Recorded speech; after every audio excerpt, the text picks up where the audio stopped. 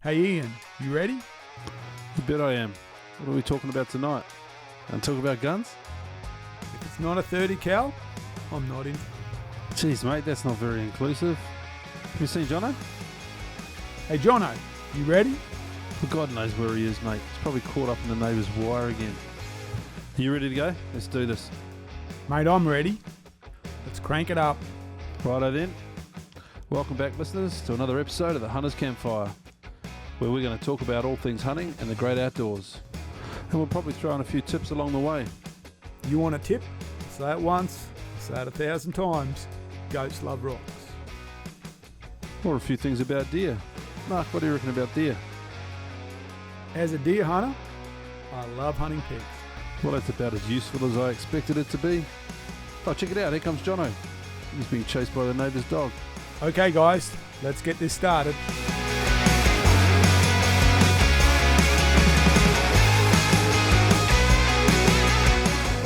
Welcome to the Hunter's Campfire. Pull up a chair, get comfortable. It's time for the Hunter's Campfire.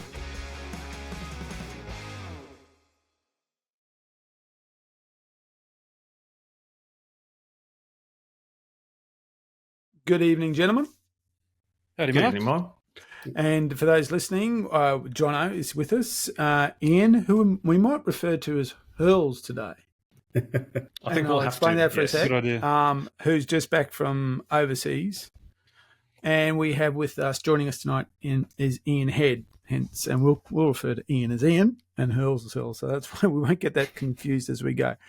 So, guys, before we get into talking with Ian about hunting in Africa, why don't we do a round of traps? So, lead off. Ian, Hurls. I'm going to get confused on this one. You are going to get confused. Tell us about what you've been doing. Zip I don't lining and know. other things. I'm trying to remember the last time we actually got together. It seems like a long time ago. You guys filled in the blanks while I was away, which is great. But it was a personal holiday away for me. It was my son's 7th birthday. So as you do, as a good dad, you take him overseas. That's probably not normal. But anyway, we did it. Off to Legoland in Malaysia we went and gave him a really good birthday party over there. And then we had a bit of family R&R in Koh Samui in Thailand. So it was probably I was explained it's the first time I've been on a holiday that doesn't involve backpack and adventuring. This time we were forced to relax and do family at a resort side place. 7-year-old legs, they don't last too long. Although, you probably put 20 kilometres on them every day, wandering around the various different marketplaces and things that you find in Thailand. But it's probably also the first holiday I've ever been on as a family with Zave, my young fella, where he's been an active participant rather than being dragged around as a toddler. So, it's great when they're that age. They can order off a menu, they can do all sorts of things and choose what they like. And, it was a great trip away. So relaxed is the word. Getting up every morning and deciding which pool to slide into for the next few hours was really difficult, day after day after day. But I suffered through it on behalf of everybody else and made it back safe and sound. So the downside to all of that trip was that when there were a lot of storms over here while I was away. And storms mean power surges, and power surges mean fridges that don't turn back on again, which means that I've got 2 game fridges filled to the brim with deer, buffalo, sheep, fish, everything you can imagine that I've hunted for the last couple of years. It is now going to make top quality dog food. It was warm when I got home, and the freezers hadn't turned back on. I was so devastated. All my buffalo meat. So, Jono, All of it. all I've of got it, 2 back the straps. last bit, except for the I've 2 got- back straps that you kindly put in your freezer for me, is my last Well, they scrap are- of game meat that I have left. Wow. Oh, That's so happened devastated. it's happened to me before. I've had the kids go get a Super Duper out the freezer and leave the freezer open, and everything has melted. So I can sympathise with you, but yeah, I've buffalo. got roosters, I've got red, I've got fallow. Oh my goodness, so much meat. But anyway, no one's fault. It's just one of those things, bad timing. I probably won't try and go away in storm season again, or I don't know, maybe a generator that kicks in or something. I'll have to figure something out, but I can't have that happen again. I've got a 4-pack of Buffalo Burgers care pack in the freezer for you. So next time you're down, you can take that mine. Oh, thank you very much. Yeah, I'll take every last scrap of it. That's right. They're in 4-packs. You can have a 4-pack. They're in the freezer. Amazing. It makes me worried now because I've got a 300+ litre freezer downstairs. So I'm waking up every half an hour to go see if the lights on. Man, oh man. I mean, anyway, I won't dwell on it anymore. I've thought about it all day. I only found it this morning. I got home yesterday around lunchtime and had no reason to go and check the freezers out. So I only just figured it out. But did the smell alert you to it? No, it wasn't a smell. There was no smell. It's defrosted over 5 or 6 days. You could maybe salvage something and have a go at it, it's but no risk. I wouldn't take the risk. Wary. Yeah. Very wary. Yeah. For me, it was way down the bottom, maybe, but it was. It's not worth it. It wasn't warm to the touch, but it certainly wasn't cold. No, I certainly wouldn't risk it. Anyway, so that's unless you get in there now and make 300 kilos of mint, turn it all into sausage. No, it's well and truly. I've turned the freezer back on. It's now 2 dog meat freezers. That's just how it is. No, there you go. So what else can I share? Not much. No, I'm going to leave it at that. It was my fun news for the day. And that's a bit of a bent downer. So what about you, Jono? Give us some happy news. I don't think I don't have anything as disappointing as Ian's. Thank goodness. Certainly nothing exciting. I think just been dealing with the weather. That's probably what's been going on here is rain every single day. It's been pretty miserable for the last few days. What have I been doing? I've been spending quite a bit of time on getting the boat ready because we're going to hopefully be heading off next weekend chasing, if there's any marlin left, but some game fish. So we were supposed to go at the end of October, but we couldn't because of the weather. So we did reschedule for the end of November. So hopefully, and Ian's looking around very concerned because he's forgotten about this. I can tell. Yeah. I need game meat. I'm coming. So we're supposed to be going up to the off Harvey Bay around Fraser to go and chasing some game fish. So marlin, and whatever else we can find. I know they've been having a pretty good season. Some big cobia. So I've been getting the boat ready. I had the motor serviced. Be getting the rods ready, getting the tackle ready. So hopefully the weather holds out because it's been pretty miserable. I was hoping to head out this weekend, but the wind's not looking good. So no, it's going to pick up, isn't it? Yeah. So since I'm coming on this adventure, what weekend did we book again? the last weekend of November, first weekend of December. All right, I can work to that. Good stuff. Yeah. So that's the 30th and the 1st that weekend. Very good. Marlin fishing. That'll be fun. Marlin fishing. End of the season, but hopefully there'll be a couple around. Yeah, no, that'd be really good. Did you cover? I wasn't here last week. Did you talk about your meat run? You went up for a deer a couple of weeks ago. No, I didn't end up going on that one. Actually, I ended up pulling out. It didn't happen for me. I ended up pulling out last minute. Yeah, family issues, which is fine. I had a full freezer, unlike you. Well, you did, but not anymore. But yeah, my freezers are still okay. So I didn't end up going. I ended up giving my spot to someone else who needed the meat more than I did. So I was just going to go to help the farmer and just to do a bit of a cull. But yeah, there was some people who hadn't got any meat in the freezer, and I gave my place up for them, so it didn't go. Next time. Yeah, next time. Yeah, I've just been sitting on the computer doing videos, to be honest. So we've relaunched the first BRX video, in which is the how-tos, which is the caliber conversion. That came out really well. It did. Yep. I'm really happy with that. Actually, we launched that today.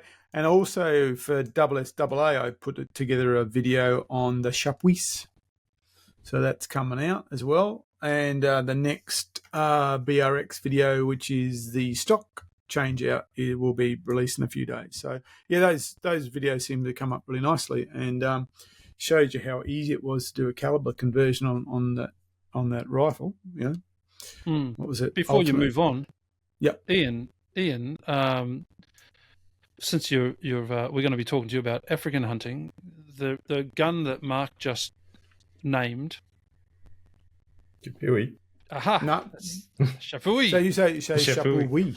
I'm looking for Chapuis. the learned experience of I Ian don't know here. about that. and whether It's French, you man. know the brand and can pronounce it, because we've been debating it. I do know the brand. Yes, it's a good. All those double rifles of most of the main manufacturers they're all excellent guns. It's just personal choices. Yeah, It's a wonderful gun. You know, they're excellent guns. It is completely impractical. Boots the hell out of you. Wants to kill you. No man killer at both ends. Not much good over 100 yards, but still, it's the most fantastic rifle to hunt with I've ever hunted with. But it's a real quandary. That is. There's so much that you, on paper, you wouldn't own one. What caliber is it? 9.3 by 74. Okay, yeah. Mm. It's And not a big banger. not real big, but Not a big banger, no. the full It's a timber nice banger. stock. Yeah. The full timber stock is not a really good recoil pad on it. Yeah. So, You should have seen Mark's arm at the end of the territory. after a week of chasing around the territory, I had quite a bruised arm. Though there was buffalo on the ground, so and I didn't care about it. So that's why I've been doing the videos. So yeah, they're coming up quite nicely, and we've got a couple more around the territory coming up soonish as well. We've got that gear video that you and I shot, Ian, that Hurls, that one under the tree, the gear one. That'll be probably coming up soon, and we'll keep punching them out. Yeah, no, very good. Also on the socials today, 99.9 thousand It's probably gone up. downloads. Probably gone up. 99.9 thousand. Is that it? I'll just check right now. It's probably gone up. That was this morning or last night. So we're closing in 100,000, and the reality is that 100,000, as we admit, is probably it's probably Long better time than that. past. Yeah, But that's we were so poor at setting up the podcast when we set up. We don't have good analytics, so we have to go by Podbean, and I'm just going to check it right now. All right, so 99.9 thousand downloads across the. It's actually saying we're at 100K. There we go. Check on that. Done. No. I'll make sure that's. That was me randomly clicking refresh right. to get the numbers up. What's it Wasn't going to say? Manipulation. If there was a way to give the 100,000th download a mega prize pack, we would have. But sadly, for everyone, we've gone. We're at 49. We passed 100,000. That was 49. That was 49 downloads ago, mate. well, We've already very gone. good. We've shot there we past go. it. Cue the balloons, Jono. There We're we go. at 100,049. Congratulations, guys. That's pretty amazing. That is. Yeah, it's amazing. Thank you. That's right. We've missed it. Well, it's like when you watch you're in your car and you I did that with 100,000. You click over 100,000 and you took it away and it's gone over. Oh well, there's the excitement. That's it. That's great. We're now there. We go. So that is quite exciting that we've got there. Actually, I'm going to see if I can grab a screenshot of Over that. what period of time, guys? Started in 2022. That's very, very good. So that's when that all came together. So and as I said, we're onwards and upwards. Million next. We want to do a million next. Well, the trajectory is that it'll happen fairly Yeah, it's quickly. exponential from here, isn't it? That's how right. it goes. Well, We've got to keep working. The jump, certainly the jump between 22 and 23 was pretty impressive. It has leveled off a little bit. That was a impressive jump. Shame it didn't follow that trajectory. But yes, it's over 100,000 and what, 108 podcasts? Yes, Yeah, we launched 108. 108 This will be last week, 109. This will be 109. correct. Okay. So, anything else, gents, before we jump in? Let's move on. I want jump to in hear on. about Okay, Africa. let's move on.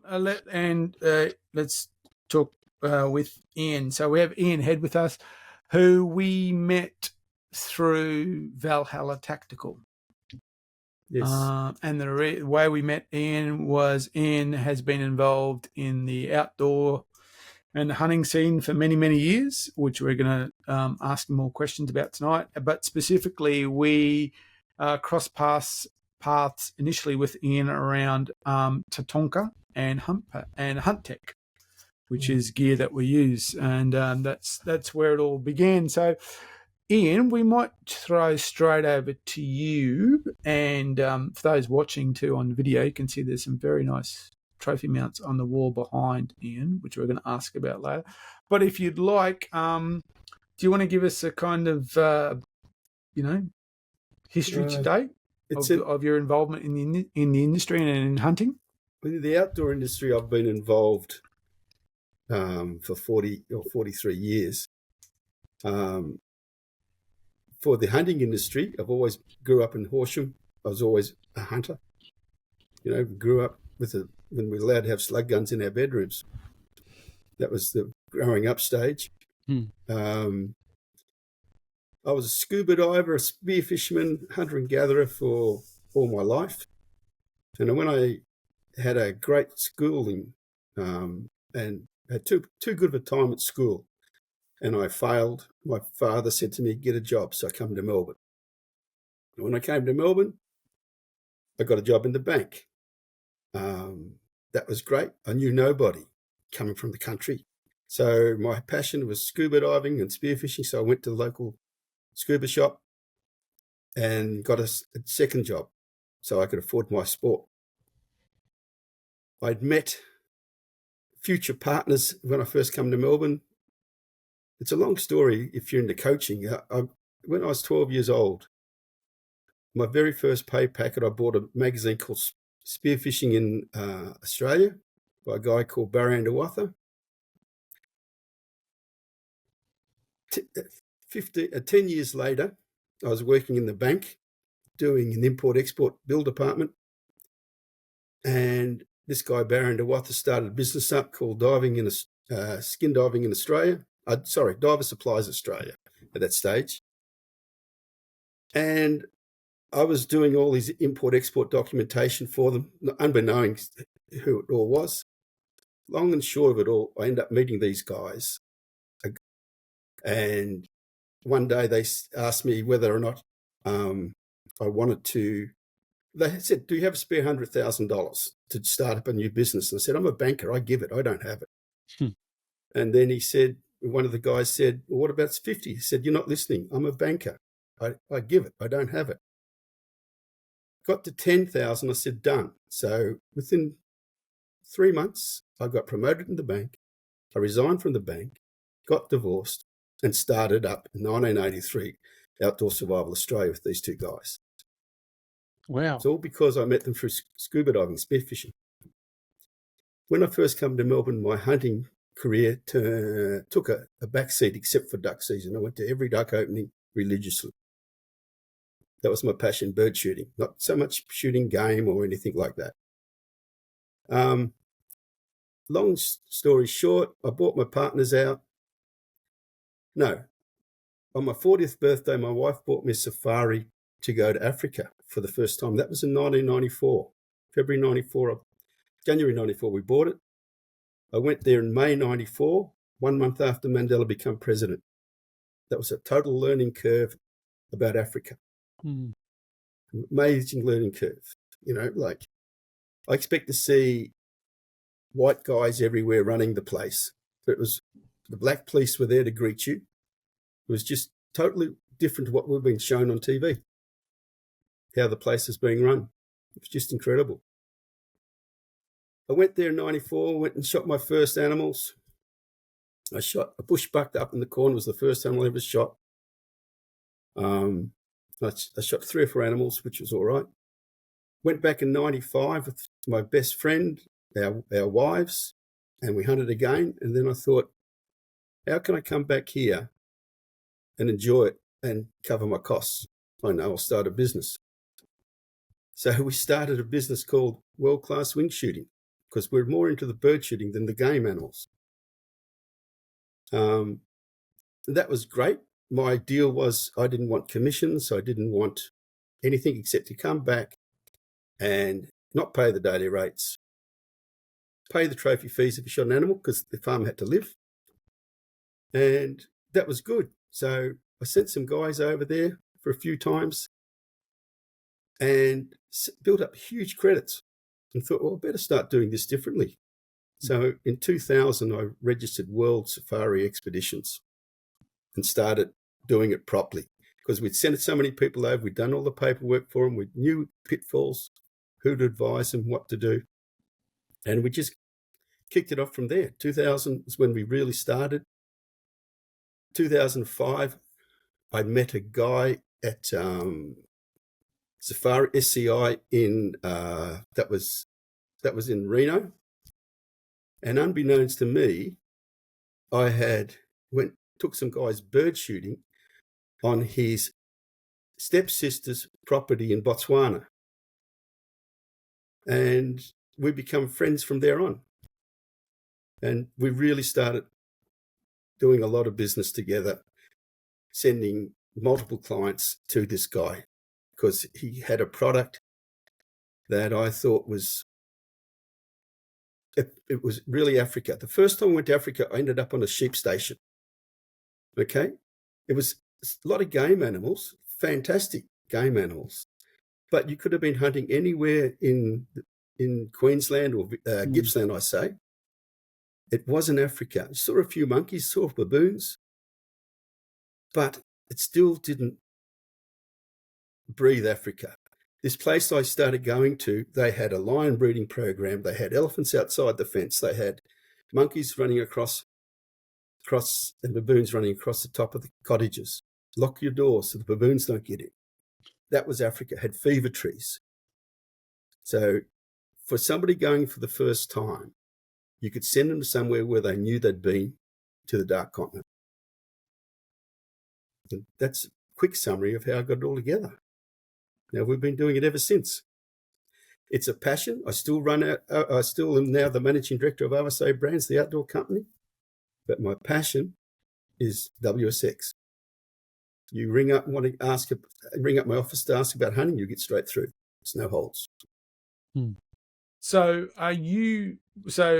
for those who are listening and watching and who, a lot of our audience are pretty new to the hunting game. And I mean, myself, I don't know anything about hunting in Africa other than, what I've read in books. So where do you fit into the picture of, that supply chain that gets me on the ground hunting in Africa? Where are you in that part of that supply chain? Okay, I see myself now as a complete one-stop shop. I like talking to the clients first to see what they expect. Do they expect to see the big five? What's their animal they want to hunt the most? Because in South Africa, everything is there, but may not be indigenous to that location. Does it make sense? Like if you want to hunt a kudu, I can send you anywhere. Kudus are everywhere. You want to hunt a gemsbuck, you don't go to the Eastern Cape to hunt a gemsbuck as your prime animal. That's a desert animal. So you got to go to the Kalahari or to Namibia or Botswana, That's if that's your prime animal. If you wanted a black wildebeest, you don't go to Namibia because it was never indigenous there. It was indigenous in South Africa. Cape buffalo is indigenous everywhere. So I sort of ask people, A, what's your budget? B, what do you want to hunt? What do you want to achieve? Then we try and give them options to fit their needs. So do you typically find that a customer comes to you well researched, knowing full well what they want to hunt? No.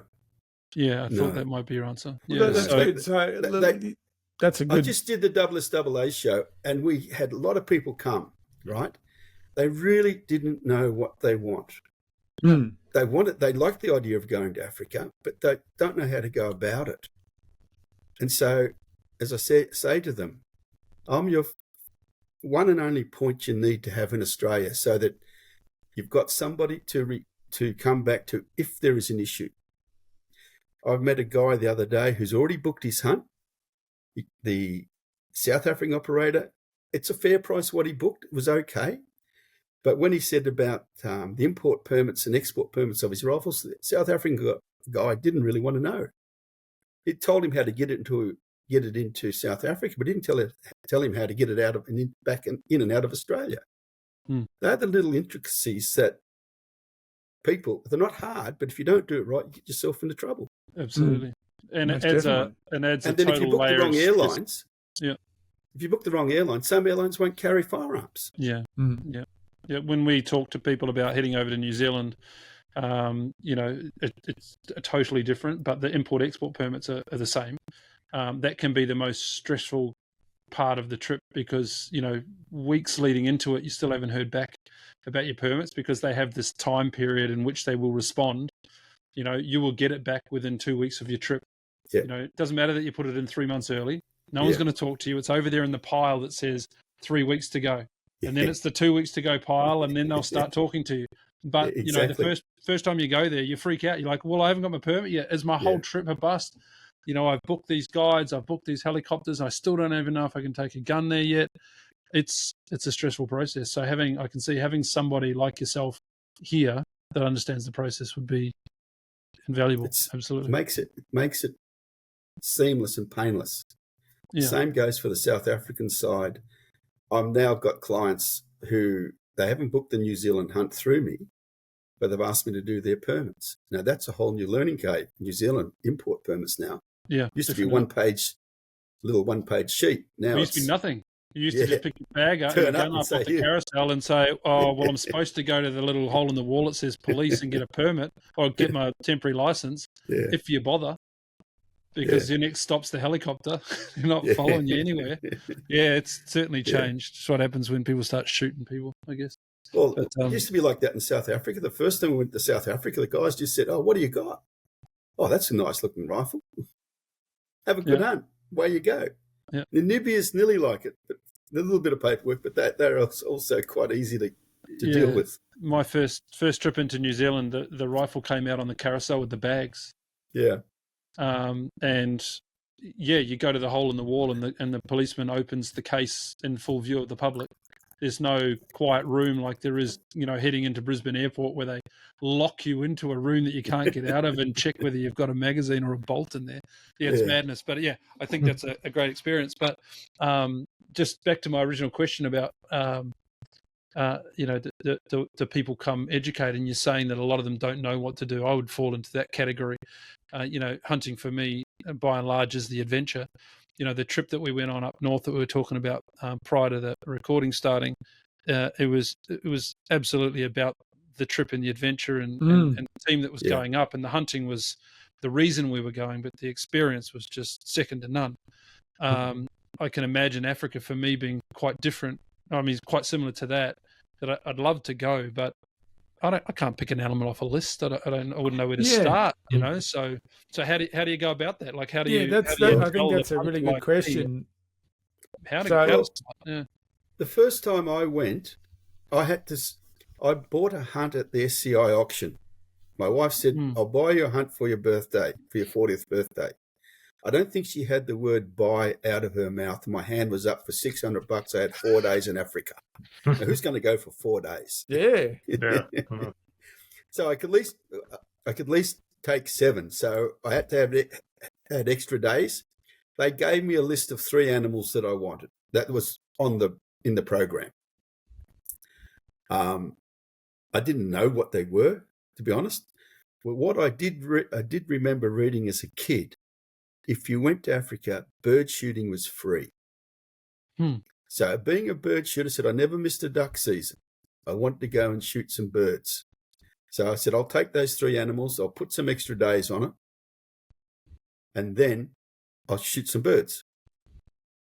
That was the plan. I then started reading about animals. I said, well, I'd really like a bushbuck. I'd really like a nyala. I'd really like a warthog, because being an Australian, you've got to shoot a pig. Yeah. And I'd like a zebra. They were the 4 animals I wanted. I ended up shooting, and when I got there, the guy said, what's on your list? They called it a list. And I really hate that word, but it's only one way to start the whole journey.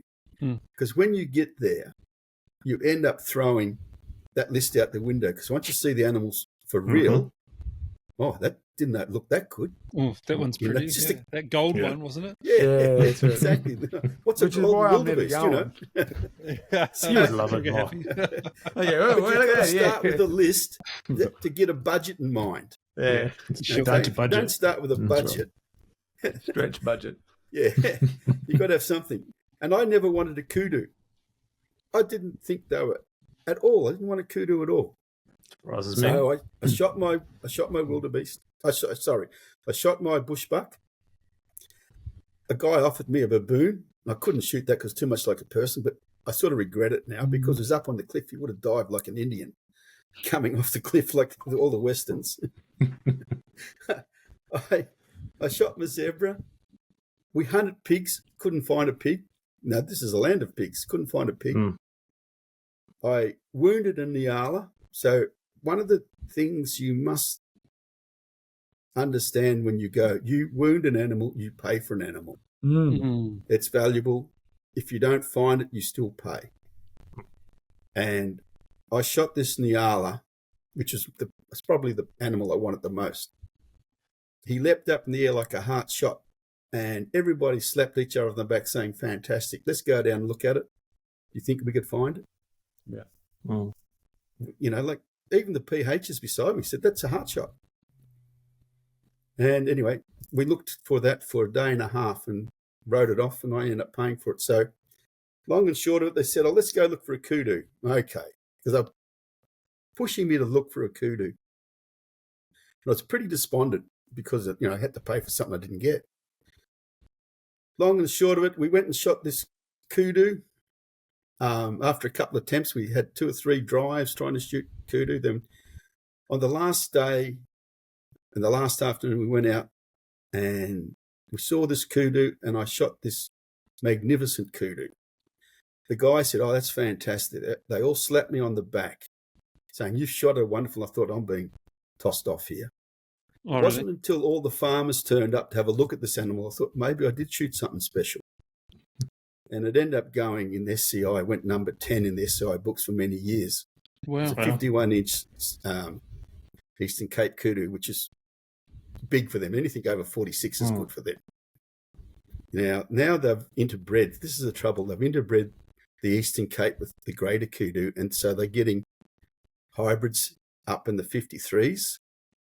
So, you know, is that good or not? I don't know. But any kudu over 50 inches is a fantastic kudu. You know, mine's not if you put mine up against a greater kudu, mine looks tiny, but it's beautiful and formed. So it's special to me. Yeah, for Eastern Cape, yeah, they typically don't get very big. And Sorry? yeah, it's the greater kudu that's got the length. So yeah, the Eastern Cape kudu has never been known for its size, but they're getting up there now. They've introduced a lot of genetics as well. Yeah, that's right. As you said, come they've down from the interbred. top, you know. Yeah. So That's yeah, an issue. I'm from South Africa, so Okay, you know then. So I know, yeah. What are you interviewing me? Talk to you. You know what's going on We've there. heard of, No, we've we heard wanna hear enough everyone from else's John. John never experience, leaves which his is- house. John never leaves Was his anything house. bad yet then? which is why I'm just keeping quiet because and look, I grew up in South Africa. My experience is very different. I've not gone back and done a safari type hunt. I've always hunted as a South African, so it's a very different experience. I haven't gone through importation of firearms and things like that. No. I still own firearms in South Africa, so it's a different experience for me. So I'm always keen to hear other people's experience, and I want more people to go and hunt in Africa because it is amazing. The animals are amazing. So Incredible. Yeah. Well, see, now you've got a contact to get that 308 out of the country. it's getting it into Australia. That's the Well, problem. there's a man who knows all about that. You're talking to him. Temporary permits are okay. It's the it's importing it permanently. is the issue. Why have you had a problem with that, Jono? It's so difficult getting the Got to get the import export permit. permit from South Africa. You should be able to get the import permit for Australia. Import would be I've easy. heard it's really difficult to permanently import it. No, That bloke in the top Do you corner, own a he knows all 308? about this. I do own a 308. Yeah. And you're in Brisbane. Yes. Will they let you have 2 308s? Yeah, Mark's got two. Yeah. Yeah. I don't see an issue. Okay. You might be right. no, But I went through the process of looking to import a little gun that my dad owned. and we've kept it. My father passed away when I was a kid. It was the first and only rifle I'd been bunny shooting with my father, so I wanted to keep it. And when I inquired about it, the process was actually quite simple. You just needed to be able to show that you'd owned that rifle for a period of time so that you could have it on sentimental grounds. And it was easy. Well, I've imported 3 Heims, and I've had no trouble with the Australian side of it. I had more trouble getting them out of Germany. Oh, okay. Okay, I've imported 3 Heims. And it's not an issue. You apply for a 709 import permit. Then once you've got that approved, that will allow the overseas country to apply for their export permit. Your problem could be getting an export permit out of South Africa. Yeah, potentially. Yeah. And then once you've got the documentation coming, you then apply to buy a new firearm. You then get a registered license. You have to say on your 709 that who's going to be the licensed gun dealer to clear it for you. You can't clear it. Yeah. You've got to get a gun dealer to clear it. Brokered from someone. And they'll charge you a small fee, which is fair. Yeah, of course. And then it's been no trouble. Okay, I should probably look into that, because if you listen to our last podcast, we spoke about sentimental and favourite things, and I've got my 308, which is the first rifle I ever owned, which is still in South Africa, which I'd love to bring over. So maybe I should look into that. I probably should. Well, give us a call. I'll help you. Yes. Thank you. Appreciate that. No problems. No. So, I've been thinking about a hypothetical to ask. So I'm going to ask you 3 questions, and so the first one is, I want to hunt Africa. I've never been before, and other than I know that they've got animals that run around on 4 legs there, and what package might you recommend me? I've never hunted Africa before. I'm an Aussie. I'm capable of shooting animals. I've shot pigs. I shoot deer. I shot goats. But I've never hunted Africa before, and I want to go, and I don't have a particular type of animal that I want to chase other than I want to have an African experience. So what country, for instance, might you suggest I start with? Well, you really need to start at South Africa. Okay, and there's no way to describe it. It is a farm hunt. But I've had one of my best hunts was on 1,800 hectares. Where we walked out of the lodge and we hunted a blessed buck, and it took us all day because there were so many eyes watching you. Every time we got near that blessed buck herd, somebody made a noise, and they all went running again. Okay. So it all comes down to what your expectations. I've got guys coming saying, I don't want to hunt behind wire. Okay. That in South Africa, everything is wire. It depends on how big the block is. Yeah. Okay. I've got a couple of properties that have got 40,000 acres. Another one's got 23,000 acres. I've got another one that's only 10,500 on one side of the road and 10,500 on the other side of the road. I can put you in one side without a gun, hamstring you a little bit, you mightn't get home because everything lives in there. Okay, and it's very thick, and we've hunted buffalo in that place, And so, suggesting I'm going to go to Africa. I'm going to start South Africa, and I will be hunting on a private block that is technically fenced, but it could be that doesn't be the size. Yeah, that's right. So, what animals should I kind of start with? Again, as a newbie, what should I really be thinking about in terms of these kind of properties I'm going to hunt in Africa, in South Africa, specifically in South Africa? Yeah, I have a couple of packages in South Africa at the moment. I have a thing called the Buddy Package I put up on Instagram the other night. It's two guys, has to be 2 guys, 2 zebra, 2 impala, 2 warthogs. So that's one each. That's 6 nights, 7 nights, 6 days, right? That's a starting point. Yep. And then when you get there, you'll add to that. That's it. What do they call that? That's that sales thing, It's marketing. It's upselling. What do they call that? Where you go in the shop and they sell the extra thing. What's that called? It's an upseller. Upselling. No, it's not upsellers. It's something else like that. But yeah, you basically, were looking for the Yeah. free steak At the end of knives. the I think, day, weren't you, as I mate? said, you have a list. You get to Africa, and you throw the list out the window. sure. Yeah. So, but If you- let's stick with it. We won't do that. We'll get to that. So Yeah. basically, so the smart thing is, it's so I need to round up a mate. We're going to go. We're going to do this 6 night, 7 day. We've got a list of animals that I know what a zebra is. I Yeah. know what a Warthog okay, is. sure. You know what an impala is? That is a good standard African Sure. package to go on a walk. Now, so I'm going to fly from whatever, Brisbane or Sydney to South to. You're going to fly where do I fly to? You fly from Sydney, and you got to get to Sydney. You fly from Sydney to Johannesburg. Okay, Qantas. Joburg. Yep. Okay, you'll land in Joburg about 4:00 in the afternoon. Depending, this package I just told you about, you will overnight in Johannesburg at a place, or I book a place called Afton Lodge, which is a hunting lodge. I can put you into a hotel for a similar price, but you could be in a hotel anywhere in the world. You're not on safari. Sure. So this place you go to, there's trophy rooms, there's a fire pit outside. You sit and have a gin and tonic, which is a standard African drink, Yep. or a brandy and coke in your case. Clippies and Coke. Yep. And then next morning, you'll be picked up. If you got to go to this place, you'll be taken back to the airport to take a short flight down to Hultsfred. Okay, Right. there where you're picked up, you'll be guided around for your 6 days hunting, 7 nights, and sent back to Johannesburg to catch the plane back home. Sure.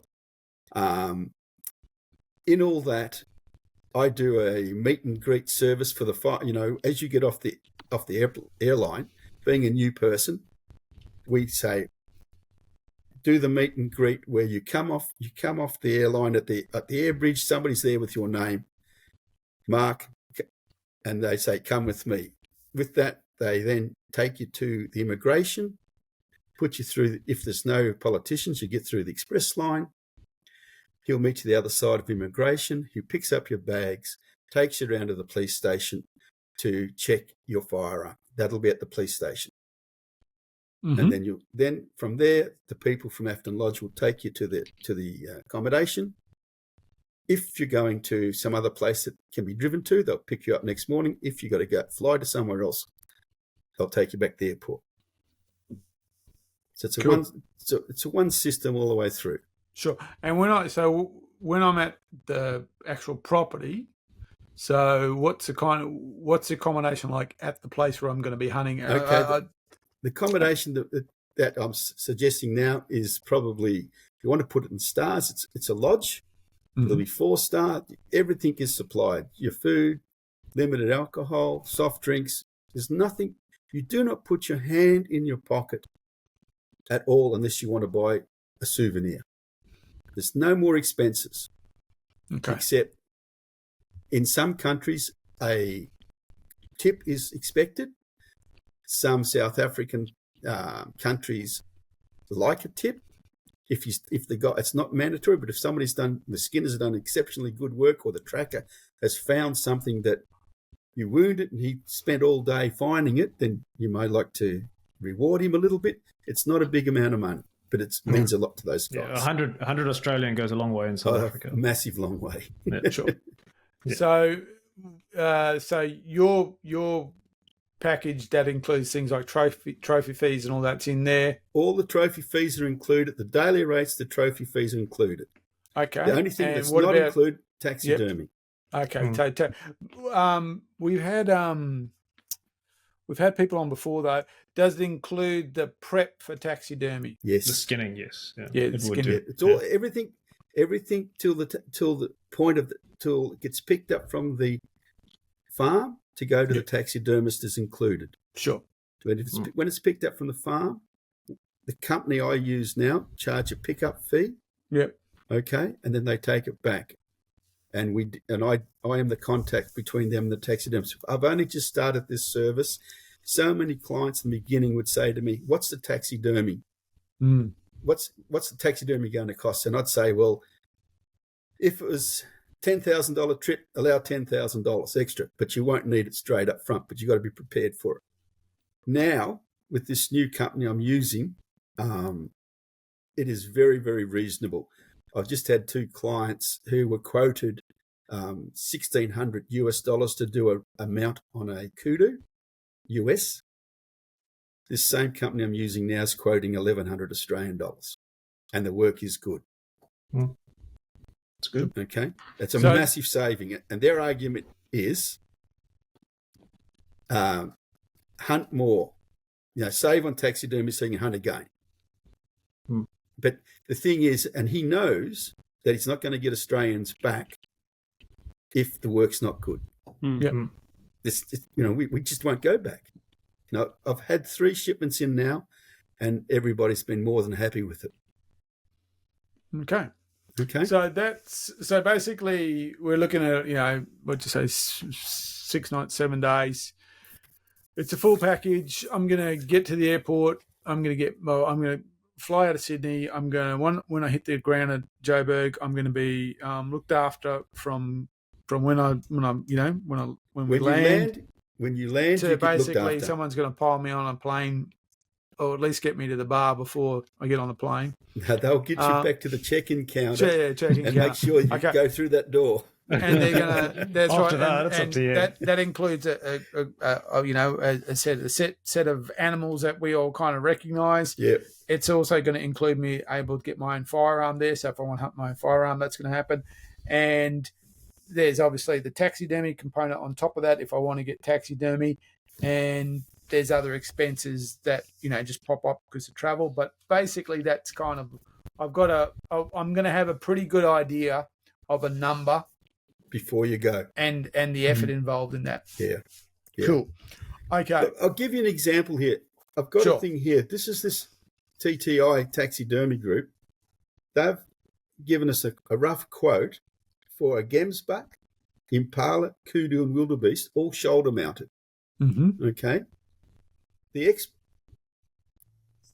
only place they've screwed up, they've got a shoulder mount, freight to Australia, and Australian clearances of 7,300. That's just a quote when the dollar's at 64 cents. All right. However, where they've screwed up, they have. That's all four. That's all four on the ground. That's a good price. That's all 4 on the ground. Okay, and taxidermed up. Yeah, that's not bad. And shipping freight. That's freight as well. So that's not bad. That's good. That's good. But they have screwed up in this quote. They haven't allowed for Australian Aquis who've just put their fees up, and they haven't allowed for Australian government wanting GST on that bloody original amount. Yeah, okay. Sure. So it's a little bit higher. It's probably around about 8,500. Yeah, GST. Okay. Yeah. But still, that's good. And the fact that they're including the freight, because that's where a lot of people get stung. Yeah. That's they don't realise. Yeah, it's not bad. The freight component, goes up and down all the time. Yeah, as an importer, you just got to keep an eye on it. But you're going to pay $1,000 to get over $1,000 to get a deer shoulder mounted in Australia. So hell yeah. I think to get your African animals done and shipped and cleared in Australia for $8,000, I think is actually you're essentially paying just close to $4,000 for the shipping and paperwork. You're already going to get them taxidermied, right? So really, you're topping that up with $4,000 to do the rest. Yeah. Look, no disrespect to Australian taxidermists, they're all very good, and they do deer, water buffalo. They do pigs really good. I have a Nyala here. That's a fantastic amount, but it looks like a red deer. They don't have the right forms. They don't have the right form. Some guys are really good. Like we got too many taxidermies that I have good relationships with. Seriously. I've got my kudu here, which was done by a Melbourne taxidermist, and you couldn't pick it from anything else. It's amazing. But he knows Africa. He hunts Africa. He hunts Africa. Okay, so there's something to be said for using. They've got to hunt if they've hunted that continent, locals. They've got a chance of doing it. Yeah. So let's jump to next hypothetical. Oh no! Hang on. Sure, go. Yeah, no, it's okay. Go. And you threw this up on Instagram. Did you publish the price? What's that? Yes. All right. Well, we may as well share it if you're comfortable doing that. Oh, so I'm fine. Yeah, the hunt that we've just spoken about. I'm just getting my calculator out now. See how long it's going to take me to. It's $4,250 per person. Say again, sorry. 4,250 per person. It's 8,500. 6 nights. 6 days, 7 nights. That's a bloody 3 good hours. price. And what's airfares to get? What's Airfares at the moment, about 2,300. I booked some airfares the other day for clients going next year. We've got 2,300. Yeah, correct. The prices to South Africa have really come down. Yeah. I'm thinking of going next year, and yeah, you can get $2,000, just over $2,000 You can to get them under Johannesburg. $2,000 if you're lucky on the day, Yeah. special. Yeah, if you play around with your dates, you can. Yeah. And I mean, you'll likely extend your trip potentially as well. You might stay on, a couple of days after and do something else. But yeah, if you play around with your dates a little bit, you can get $2,000. And down to Sydney is cheap. You can drive to Sydney if you wanted to. But Yeah. Well, see, that other place I just told you about there, they are half an hour from Opera Gate in Kruger. So you can go to Kruger. They'll take you into Kruger for the day or for a couple of nights, which is a real great experience. I've got one group next year who are staying at Afton Lodge for the first night, being picked up, then having 3 days through Kruger, travelling north to go to do a bow hunt up in the Limpopo area. So they're going to have a look at their animals before they go shoot their animals, which to me makes a lot of sense. I often do it in reverse. If Guy's taken his partner, I say, finish off in Kruger Park, and she'll let you go again. yeah. I tend to look them on the ground after I shot them. But anyway, No, it's different when you get driven around and the animals pointed out, and you have a beer and a cocktail and a sunset. The Sunset wilds love cocktail, that. yeah. Okay. So, any more questions, guys? No, I just wanted to round that package out. So because, so that's about 6.5, 7. The flying. Well, you're up for 10 grand. Yeah. Well, 12 grand including your taxidermy. No, 14 grand including your taxidermy. With that taxidermy bill, what we do is once the trophies are collected, you'll have about 30 days before they contact you, because they'll go into quarantine.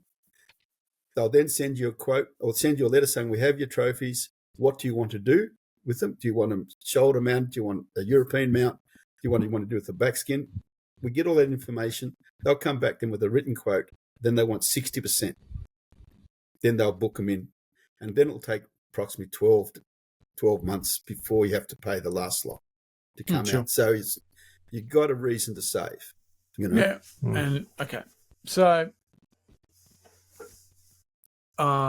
let's jump up to a level. So you've been once, and you want to go back somewhere. Go again. You want to, you want more this time.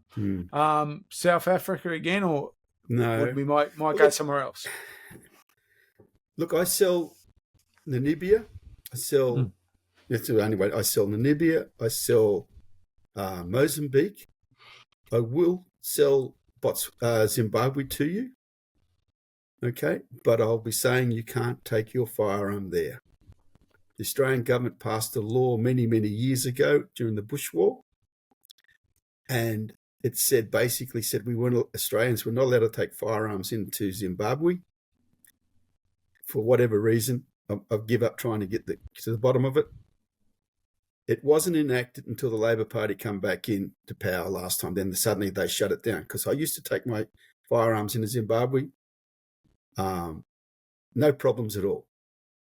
But now we're not allowed to do it. And Border Force will check your passport and your flight details, and you'll have to justify yourself. If you've been over on a hunting expedition and you've been into Vic Falls, even if you've been there, if you've been into Zimbabwe, even if you've only gone to Vic Falls, they'll say, what did you do with your firearm? Then you'll need a letter from somebody that they stored in South Africa. It's just a nightmare. So I know guys go there and they do all sorts of things. I'm just not involved with it. Pick up John 308 on the way through. I can book you a great hunt, but I'm telling you, you hire the camp gun. Okay. Yeah. So what would be that mid-tier animal that I might be looking for now? So what am I expanding my horizon to? Well, look, there's over 30 different species of animals you can hunt in South Africa. It comes down to what you like. Once you've seen them, you'll know what you want. You might want a gemsbuck, or you might want a golden gemsbuck, which is a new thing they've introduced. They look fantastic. You might want a black wildebeest and a golden wildebeest. I don't know. Giraffe. Or blue and And then the price goes up as it goes. Sable is one of the premium animals, but they've come down and priced something chronic. Oh, They they've used to gone be to very very expensive. cheap. Yeah. So, No, they're I mean, for me, it would be a Cape buffalo. That's what I want. If I went to Africa, I'd want to hunt a Cape buffalo. I've got guys who just want to hunt Cape buffalo, and I've had I'm them one of those hunt them guys. behind eye. I've had them hunt behind wire, Mm-hmm. and I've had them hunt in 40,000 hectares. Okay. And both can be equally as difficult. You know, like we shot one in 20,000 acres, and he wasn't a big wide buffalo, but he had a bad attitude. And every time he saw somebody, he didn't like you. And it was one of the most exhilarating hunts that client ever had, hunting that thing. Wow. Big bosses, not wide, but just big bosses with an angry attitude. Then I've had guys hunt in and not get them. The bush is too thick. This year, at the same place as that sheep hunts on, I had 4 guys go there, 200 buffalo. The first one was shot on the first night, nice buffalo. The second guy shot one, I think on the third night, wounded it. They looked for 3 days, even with a helicopter, and couldn't find it. So he had to pay. On the last day, he decided to shoot another one, and he got the full gambit. He got a charge. So he got his money's worth. For sure. So it comes down to me. I've shot 3 buffalo in my career. I've shot 1 in Zimbabwe and 2 in Mozambique. Would I shoot 1 in South Africa? Probably would in the thick bush, you know, on a reasonable sized property. Where these guys hunt it, it's quite thick and quite challenging. You should find them, but you may not too. Or you might find ones you want to shoot. And also, it depends what you're after. If you want to find a good animal, South Africa is the place to go because they've invested in it. They've brought in genetics. They look after their animals. Yes, if you a buffalo on 20,000 acres, we saw that mark.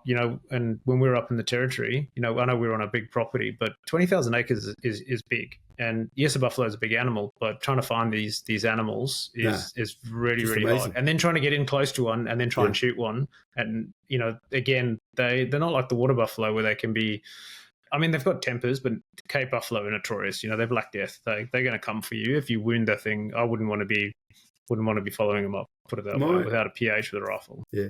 My experience is Australian water buffalo are really hard to kill. That's my experience. I've only shot a couple. The last one was with a 4.58 light, and I shot it 3 times right in the boiler room. Then I had to end up shooting him in the head because he just wouldn't stay down. But a Cape buffalo, stubborn. If you muck up, he will come for you. Also, then a Australian water buffalo will come. I've had a friend of mine got by a water buffalo, but a Cape buffalo, I've had 2 friends killed. Well, one friend and one guy I know killed by them. They don't take prisoners. That's what they call it, dangerous game hunting. Yeah, that's right. That's right. It's a dangerous game. Yeah. So what's a buffalo going to cost me? You can start from 14,000 for 6 days to pay whatever you want to. My current rate, what I think is fair rate, is 7,500, 7 nights. Okay. And you're there. You've got a laser focus on buffalo at that point. You're laser focused. It's going to take you that time. Yeah.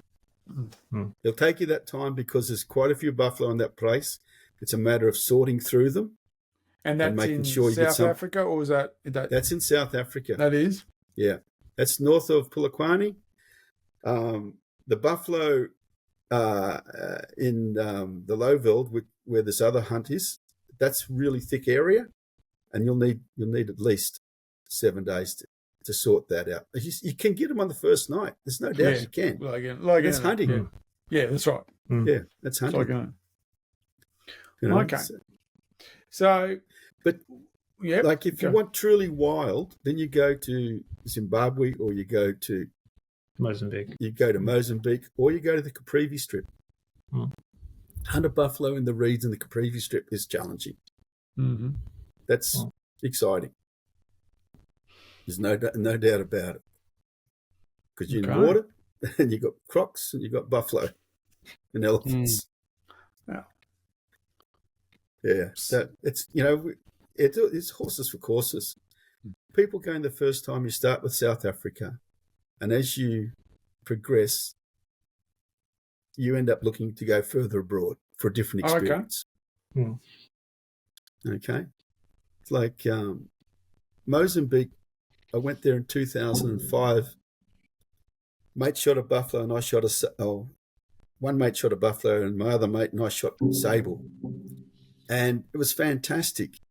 There was a few wild lions there, but just a few.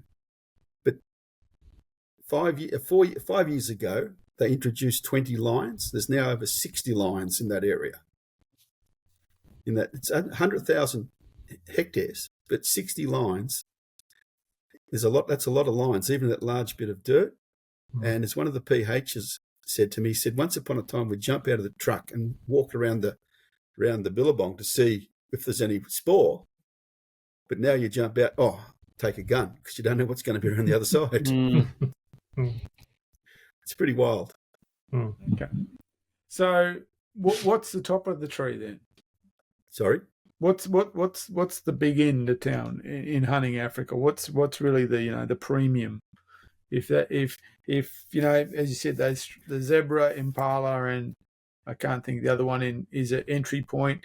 If the middle of the road is spending a buffalo, what's the ultimate hunt is an elephant. That's the ultimate hunt. That's a true hunt. Everything else, buffalo is a hunt. They're all hunts, but the elephant hunt is a hunt with your legs. You find the mark and you track it. There's no other way of doing it. And they often say you hunt elephant with your legs. And if you're hunting because we can't bring trophies back in Australia, all my clients and myself, we hunt non-trophy elephants. And to me, that is like looking for a 100-pounder of the old days. You find your mark, you track the elephant out, and if it's a trophy, you walk away. So the old guys would track out and see an 80-pounder and not shoot it because they want a 100-pounder. They'd walk away. This is the same deal. To me, that's the ultimate hunt. My last elephant hunt, I tracked out 5 elephants and didn't shoot one. Unbelievably good trip. And so what part of Africa are you doing that in? I did that in Namibia. But you can do, like Zimbabwe has a lot of elephants. I've shot 3 in Zimbabwe and 3 in Namibia. My best mate, I won't say what he's done, but he's done Zimbabwe and Namibia and South Africa. There is a place, Timbavati. Okay, They do hunt free-range elephant there. That's as close as you can get to free-range hunting in South Africa for buffalo and elephant. The Timbavati Conservancy. Huge concession. Yeah. And I've had clients going there for buffalo, but not for elephant. Right. But to me, that's the ultimate. I like shooting sandgrouse and elephants. Okay. Two extremes. Sand grouse and elephants. That's hilarious. Well, then if the sandgrouse land on top of the elephant, I suppose you could. Well, the other thing is just on that is a you good can't bring. Sandgrouse hunt is a great way to start a day. But the bird shooting in South Africa is also very good. But I was just going to say, it's amazing. I was going to say there, a lot of people who hunt Africa might want to shoot a lion. You're not allowed to bring them back into Australia anymore. What about leopards and? So what's spoken about cats. Yeah, what's a prohibited trophy? The prohibited trophies are elephant products, lion, leopard, rhino. They are the main ones that are prohibited. You can shoot a lynx, you can shoot a hyena. Okay. Shoot a caracal. Or caracal lynx, whatever, a civet, serval. But you cannot bring anything from a leopard to a lion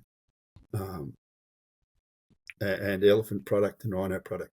I've got one client who's done the big 5 through me. I've got 2 other clients who've completed their big 5 with me. The elephant tusks I know are stored in, for both of them, or all of them are stored in one's in Zimbabwe, one's in South Africa. If ever they're stamped, if they're ever allowed to bring them in or ever allowed to sell them, that will be, but they're just in storage. A client just shot a leopard in Tanzania. I've only just started sending clients to Tanzania. I don't know a lot about it yet, but he shot a leopard there, but it's going to be taxidermed, and you'll see it at this Afton Lodge. He's going to go into that. So he's got a place for it. Do you like how he said that? Sorry? We're going to see it at that lodge, Mark. You'd see it at that lodge, yes. Right, I heard that. You heard that here, did you? I maybe I'm misinformed. I thought leopards were really common. They are. Our government knows better than. Of course they do. Look, yeah, we've heard that before. Yeah, right. Yeah, the reason they're banned is not because of that they're not common. I mean, rhino is under a lot of pressure, obviously an elephant as well, but it's more around just the sentiment against them. Lions in South Africa are bred everywhere. There's actually too many of them. Yeah, no, our kangaroos look pretty to English people. You know, I get it. Like it's it's ridiculous. Anyway, that's all right. I was curious. I thought I must have had that wrong, but no, I'd heard that they were so common over there now that they were almost at a pest level. Lock up your dog. Yeah. Lock up your dog. You know, look, I've never hunted a leopard. I think I'd be shot by my wife if I did. That's one of the no-nos. It's interesting, I'd have to be eating my granddaughter before I was allowed to do anything about it. Yeah. I mean, I don't... You know, it's a funny thing. People have feelings about shooting all sorts of different animals. Yeah, elephants, it brings up a huge emotion, but of course it does. They do so much destruction, you know? Yeah. For me, I'm not allowed to shoot a giraffe. My wife loves giraffe, and I'm not allowed to shoot one. I know somebody else who's got the same problem. Yeah, look, this is... giraffe's only $2,500 on the list, I saw. I have to admit, there's certain animals that I wouldn't want, or I don't. There's certain animals I don't want to shoot. I can understand that. Yeah, no, there is. So, yeah. I didn't want to shoot a baboon first trip. Yeah. I can shoot a baboon. I'll absolutely love a baboon. Yeah. Well, that's the funny thing, you know, like people do that. You know, they go, I got a guy who's just passionate about it. Baboons. I call him the baboon specialist. He's a Queenslander. And the monkeys as well. I don't know what's wrong with you guys. Yeah, monkeys. So the monkeys have got their nuts are blue. We call them blow. That's where the blow bulla comes from as well. They're blue nuts. They're blue. You want taxidermy, get some blue balls. So what part of South Africa are you from? I'm from Durban. Where there's blue-balled monkeys, obviously. I'm just working it out. I understand. Yeah, I'm from Durban. Yeah. No, I grew up in Durban. I've hunted all over South Africa, but I grew up in Durban. Yeah. Well, you're fortunate. You're very fortunate. Yes, I am. I grew up in apartheid South Africa, so in 1994 I was a teenager. I didn't start hunting until I was 17. In 1997 is when I started hunting. But that was still in, for me, I started on the smaller species, so I started on blesbuck, impala, and things like that, and I slowly sort of graduated up. I've done kudu, I've done eland, I've done gemsbuck, I've done all of those. I've not hunted dangerous game, but I started on those what we would say bread and butter species. Your blesbuck, your springbuck, your impala. They're really, really good eating. For me, as a South African, we like our meat and our biltong. That's what we would do, but start on the smaller species because that's all my wallet could afford. And then as I earned more, I upgraded. So I think it's the right way to do it. Is like I wouldn't go to Africa my first ever trip and shoot a buffalo. For me, if I was new, I would go and do impala, warthog, wildebeest, those sorts of things. Like when you see the size of a blue wildebeest, you'll be gobsmacked. They are huge. It's a poor man's buffalo. It's good. Yeah, it's correct. a good start. Yeah, absolutely. It's a good start. It's got a great skin. Looks fantastic. Okay. See, I like hunting the little five, the little guys. They're a lot of fun. Tiny 5 or whatever. Yeah. Tiny 10. Tiny 10. I've got about 4 of them in my collection. Yeah. It's really cool. And the other thing I've done as well, so I've done I have done some bird Look, shooting, so I did price my lifting. He's going through the price lifting. He's on mute as well. But no, I've done fall raybuck, mountain reedbuck. Yeah. Those really, really small, challenging species as well is what I've done. Yeah. And I've done some bird shooting. I've done grey-winged francolin, and yeah. I haven't done grey wing. That's big. That's one of my goals. To do grey wing. I've done grey wing. So Yeah. I did grey wing over English pointers with a hammer shotgun in the highlands of central South Africa, with snow and all that around us. It was Awesome. amazing. Yeah, it was. It's pretty amazing that you get snow in Africa. I know the second time I woke up and there was snow on the ground. The hippos are blowing fog. It was amazing. Yeah. Oh yeah. So you hippo. That's the animal that's Well, that's not easy. It's not easy, and now in South Africa in particular, it's extremely expensive. Oh, okay. I mean, it's one of the dearest. It's dearer than a buffalo. To shoot a hippo. Yeah, it's dearer than a Cape buffalo in South Africa. Logistically as well, it's a challenge because you're normally shooting them in the water. It's hard to get up on them, and then you got to get them out of the water. Yeah. So yeah, it's logistically it's expensive. Okay. Logistically it's a challenge that pushes up the price. Plus, as people want to shoot them, and those are dangerous animals as well. Oh hell yeah. Yeah, they are the most dangerous animal, isn't it? But yes. by tally on the wall. Imagine the shipping home would be more expensive too. Well, you're not going to bring the whole lot home unless you full mount hippo on your roof. That'd be a big. You met Mark? He likes a challenge. I shot a hippo that actually attacked our cook, and that was an amazing hunt. But I didn't want to shoot him in the water, so I could have shot him from the bridge. He was in the river. I could have shot him from the bridge. That would have been easy enough to do, but I ended up shooting him in the reed beds. It was a good hunt. But he actually attacked our cook. I didn't like it. I only had it as biltong. I've eaten elephant. I've eaten everything else, but I didn't like the hippo. And I'm not saying it's maybe because it was biltong. I don't know. I love biltong, but I just didn't like the hippo. Yeah. On the Beyond the Divide, I remember correctly, he shoots a hippo in one of these trips, and it's coming at him. I might have this wrong, but I think they got a call because it killed someone, and so it was an opportunistic. This hippo has killed someone, so they're going to go destroy it. So they said, "Look, do you want to have a crack at this hippo?" And it's coming at him. It's coming to kill him. It's just they're dangerous, very very dangerous animals. And it's got that weird kind of big fat jolly movement, but is still covering 30 kilometers an hour type thing as it plods along, and it's coming at you, and it's just going, and it's like, it's not like this angry thing. It's just going, yeah, I'm coming to kill you.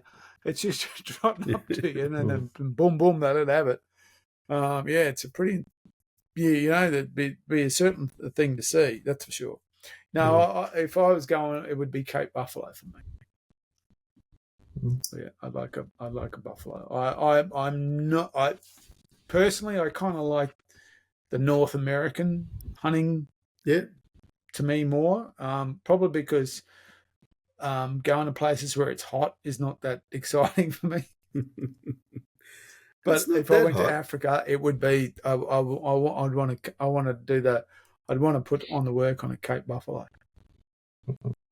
Yeah, then you just pick the sort of the location, where you, and then if you want to do anything else afterwards, sort of pick an area that works easily without too much issues with firearms and stuff. Yeah, and you're right about in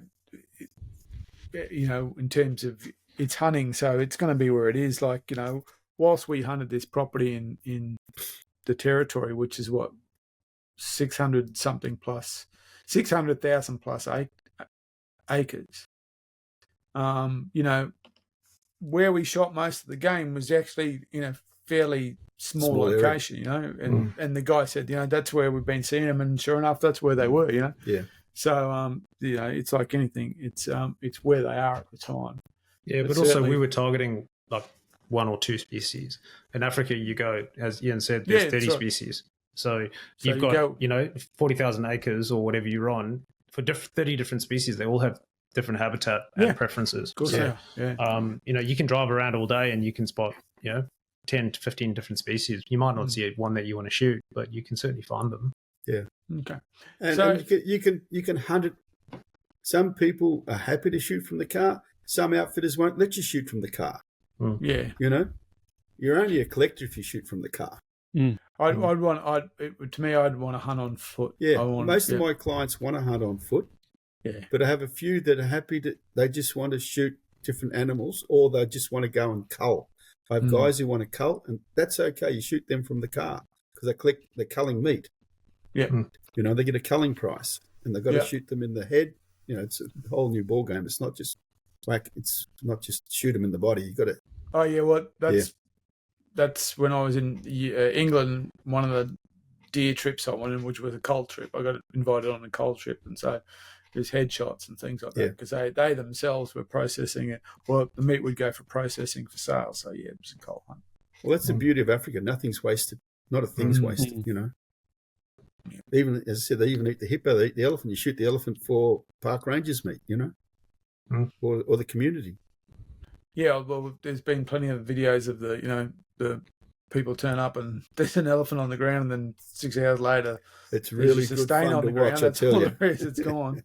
I've been involved in a couple of them. It's quite interesting to watch out there. But sometimes there's an orderly fashion to it. Sometimes there isn't.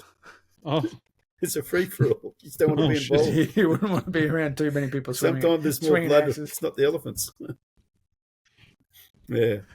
So, I don't know whether that subject was just covered while I was away. Mark, I just heard you talking about temperatures, but did you ask about particular times of the year? No. Okay. No. Personally, I do my own personal hunting in September, October, when it is hot. You'll find that the mapani trees have dropped all their leaves. You can see into the bush further. You've got better opportunities.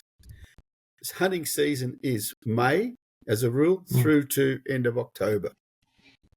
Earlier is cooler, but the bush is thicker. More of a harder opportunities. So that then you could say I'd send people out to the Kalahari then, where the bush isn't that thick. So it's horses for courses. Anybody ask me a preference? September onwards.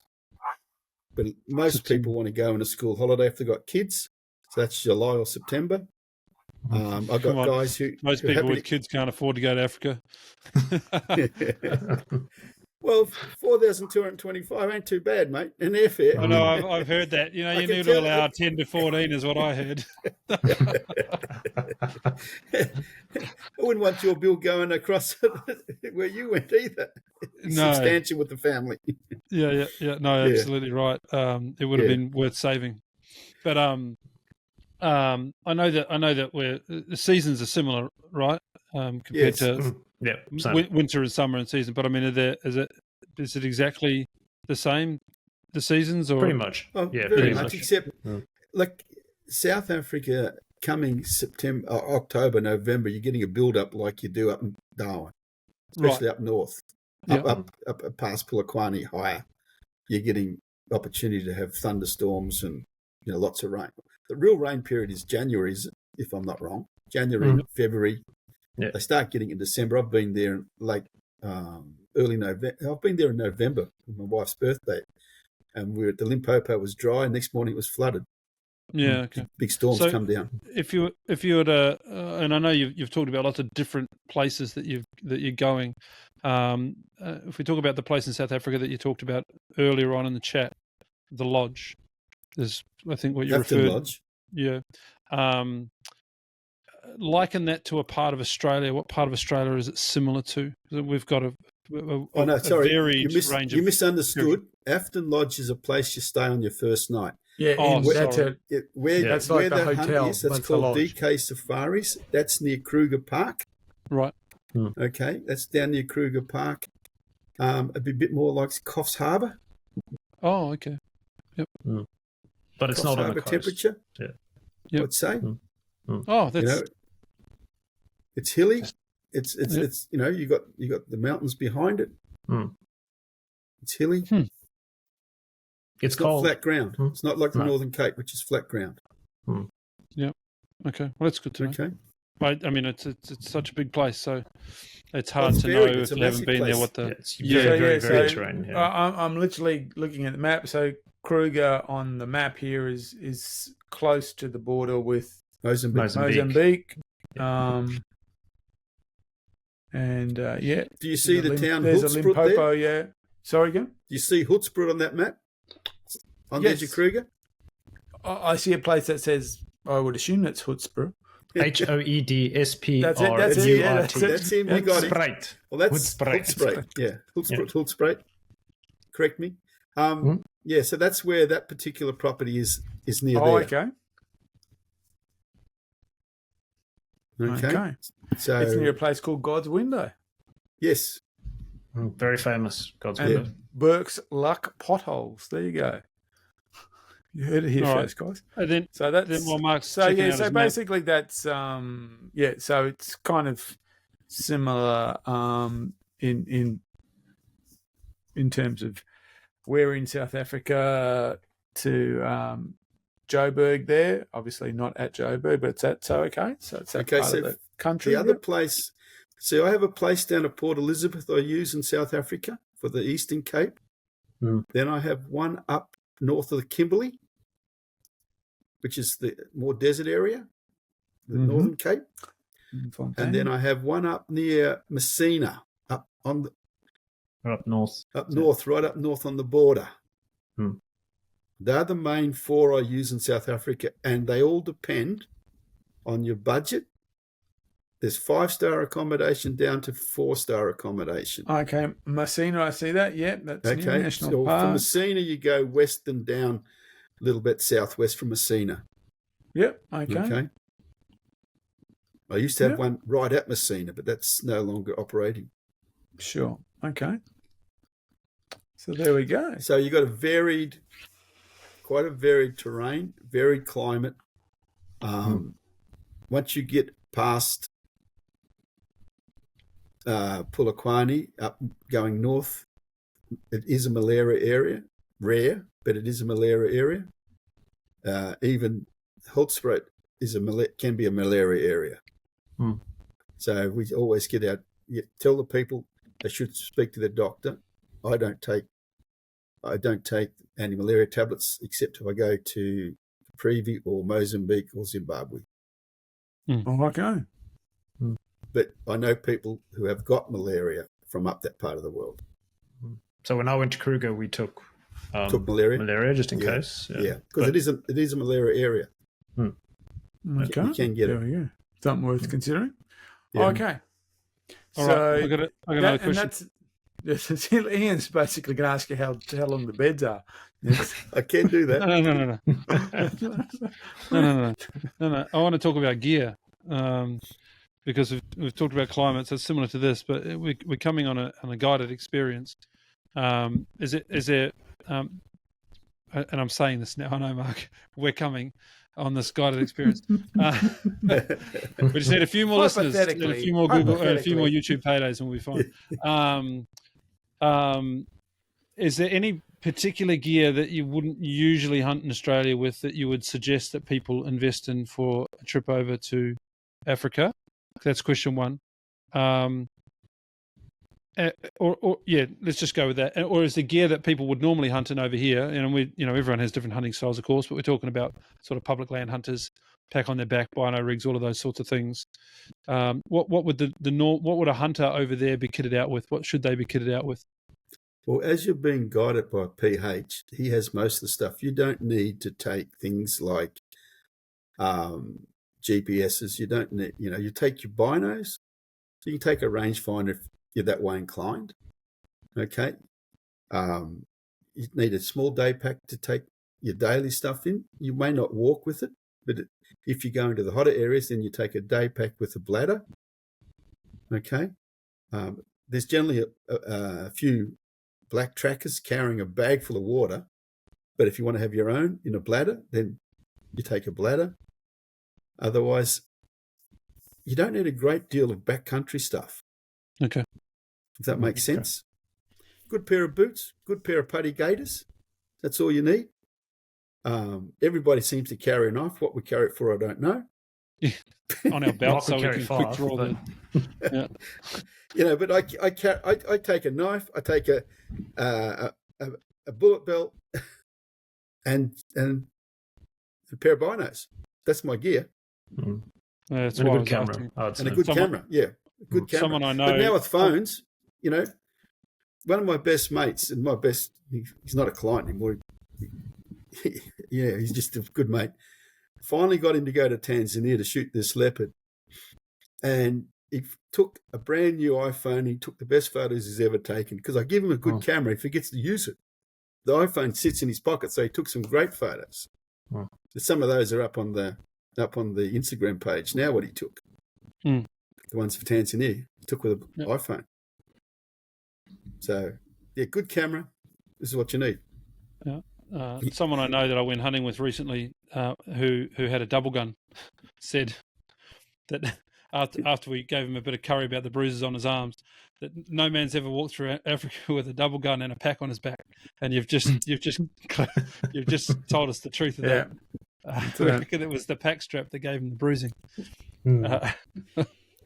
It tended to slide off the back. Yeah, I've used a double gun. That's my favourite thing to use.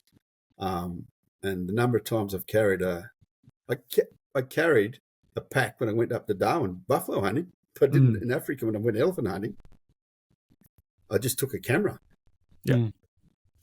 And then the trackers had the water. But if you have a pack, then you need a pack with a very flat strap for that sort of stuff. You do. Not a big bulky strap like you probably smart. used in one of my packs, carrying weight. Might have been that pack. Might have been that pack. Might have been that pack. But It doesn't matter. you put a good recoil pad on it. Yes, it does. Needs one of those things. Protect The other thing is, more than anything, if your protect the double timber. gun's fitted to you, you shoot it like a shotgun. You won't hit. Oh yeah, no, this is a 28 gauge. That's what it is. It's just that it's got no recoil pad, which it needs to protect. Actually, it needs a recoil pad more than anything to protect the timber. Yeah, From just that putting it on the ground or putting it in the vehicle or anything like that. You need a recoil I'm amazed pad. it didn't come with one.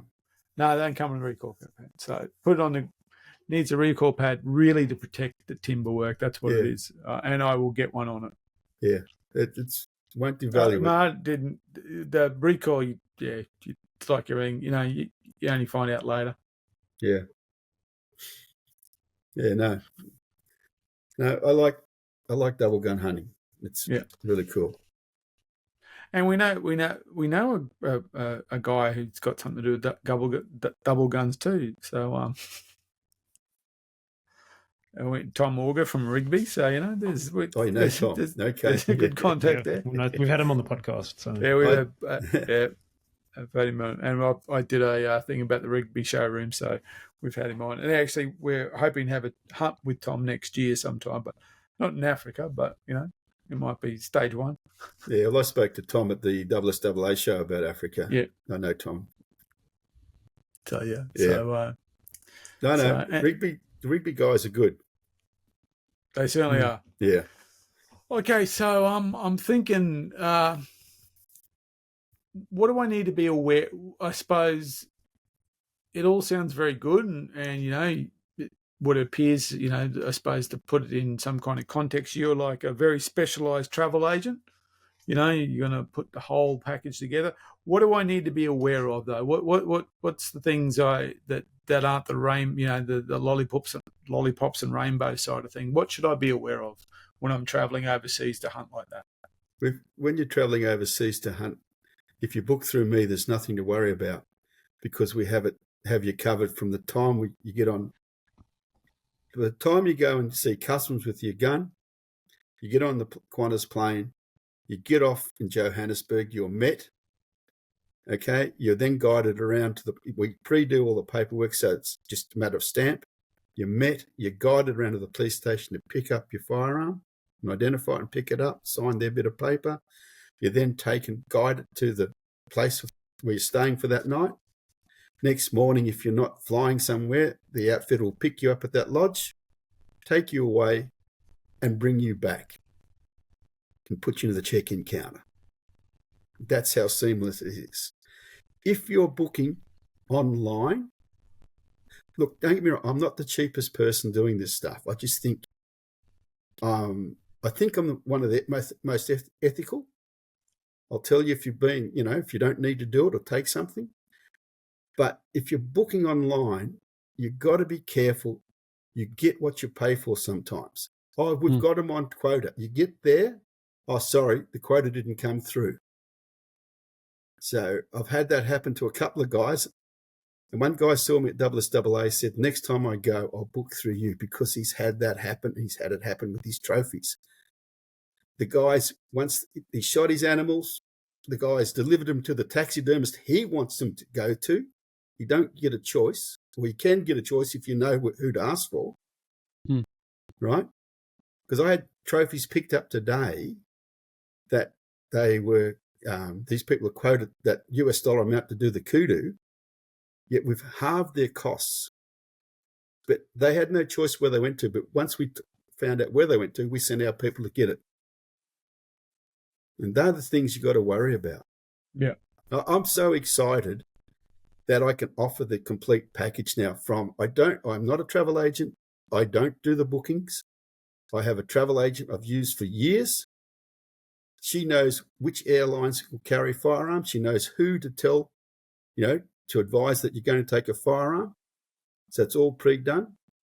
I'll do all the other work from there on, including now to the taxidermy, so that you have one contact. And if something goes wrong, I use two companies to clear the firearms in South Africa. I use a company called Air 2000, and the other one is Afton Lodge Safaris.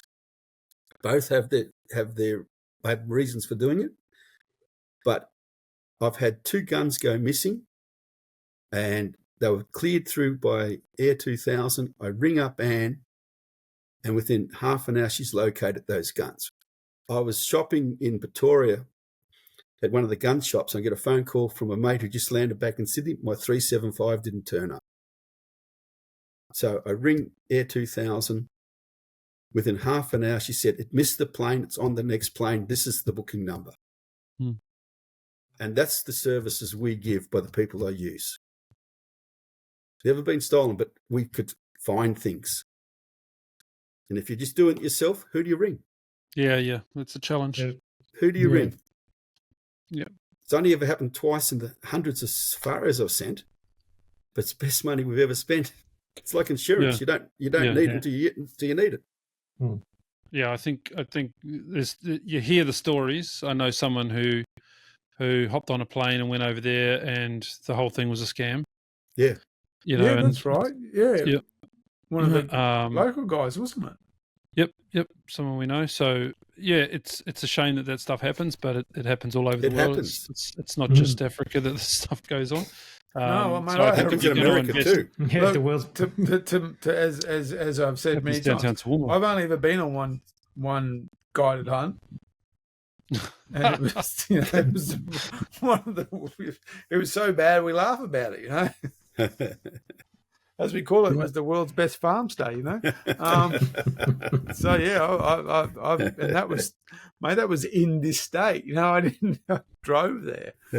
So the fact that you paid someone to go and hunt pigs still baffles me. But that's there's that. I didn't see a single pig though. Well, it was the big adventure. It was the big adventure up north.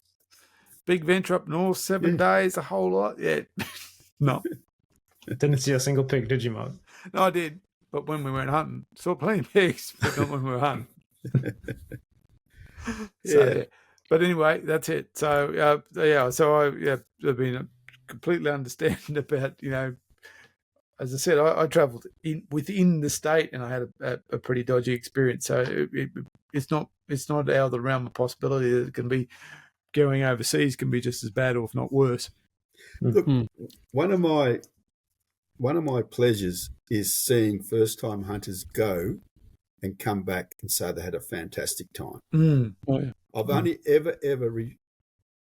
ever returned commissions to some people who went to New Zealand, who said that they never saw enough ducks. They only shot 5 ducks. They never saw enough ducks. And so I said, that's not on. I return their commissions. I ring up the guide, and I get told they shot something like a case of shells off of 4 ducks. It's not they didn't see the ducks. Yeah, They couldn't shoot. couldn't see all the lead in here. That's why. So that's the only time I've ever had to do that. But I had a wife buy her husband a kudu hunt for a birthday. Then they wanted to go down to Kruger Park to see the Big Five. And my PA at the time, who was really, really good, she said, I can't deal with this woman. Can you deal with it? And I said, yeah. So I got to speak to her. And I said to her, you're going to have the kudu hunt, then you're going to go to a place called Nagala in Kruger. It is my favourite spot in Kruger. If you're not happy, I'll return the commissions I make out of you on Kruger. I said, but you go there, and honestly, you have to come back and tell me face to face that you didn't like it. I got a phone call. You were 100% right. This is an amazing place. While she's still sitting on the deck I told her to go and sit on. And that's the win. The win is getting positive feedbacks. Especially from a non-hunter as well. Especially from a non-hunter. Yeah. Look, 70% of my business each year is repeat clients. Some have been 4 and 5 times. It might not always be to Africa. It could be to Argentina. It could be to Canada. But they're repeat clients. I had a guy ring up the other day. Are you still doing hunts? You hunted 7 years ago with me. Booked a buffalo hunt. So that's what I'm most proud of, is that people have faith and trust. And if there's an issue, I'll deal with it, so that they don't have to deal with it. That's a hunt I could do, is the pigeons in Argentina. Have you done that? Yeah. I didn't want to raise it. I didn't want to bring this up. And what? I say this because I saw Ian posted this. I don't know how much money it was. I looked at it. I went, oh, that hurt. And it was for pigeons and something. And I'm like, what is it? What's the fascination with people and pigeons? You like shooting clays. Can you imagine just going shooting off bird shooting? hundreds? Bird I'm shooting. sure people love it, but I just don't get it. But that's okay. I love it. I love it. Bird shooting is a it's a thing, all right. I've shot a serious amount of birds in Argentina. I didn't realise there's a special pin if you shoot 1,000 doves in a day. Oh, okay.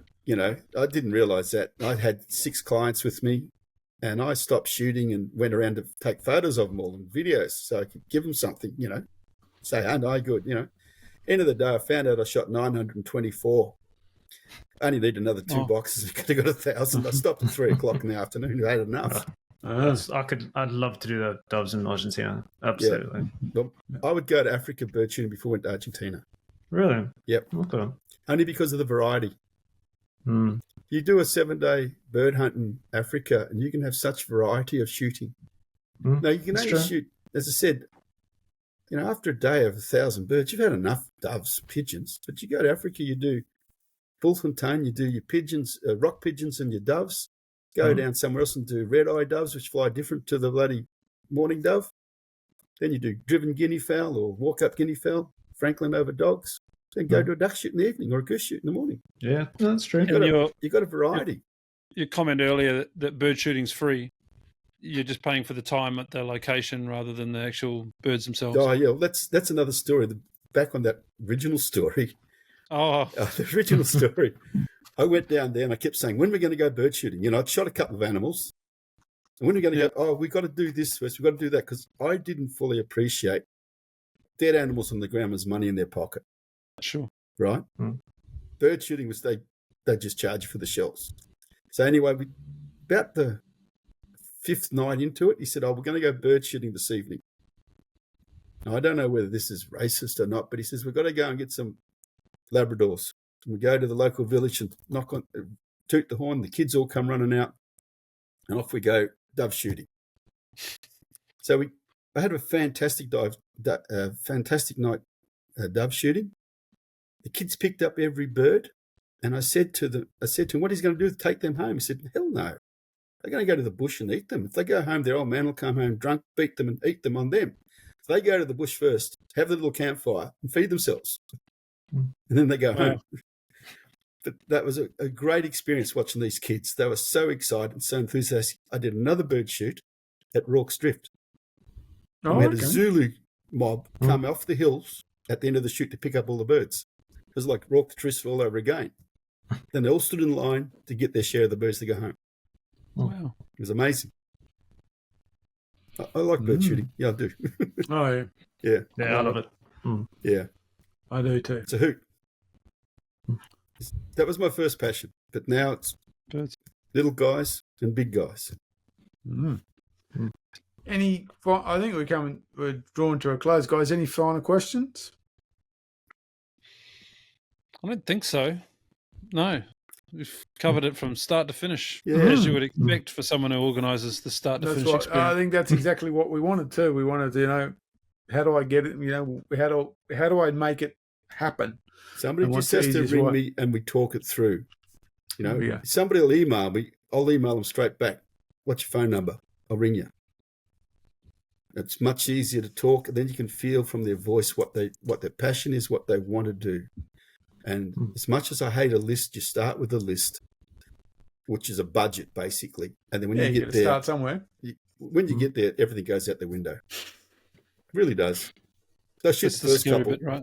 but everything else goes out the window.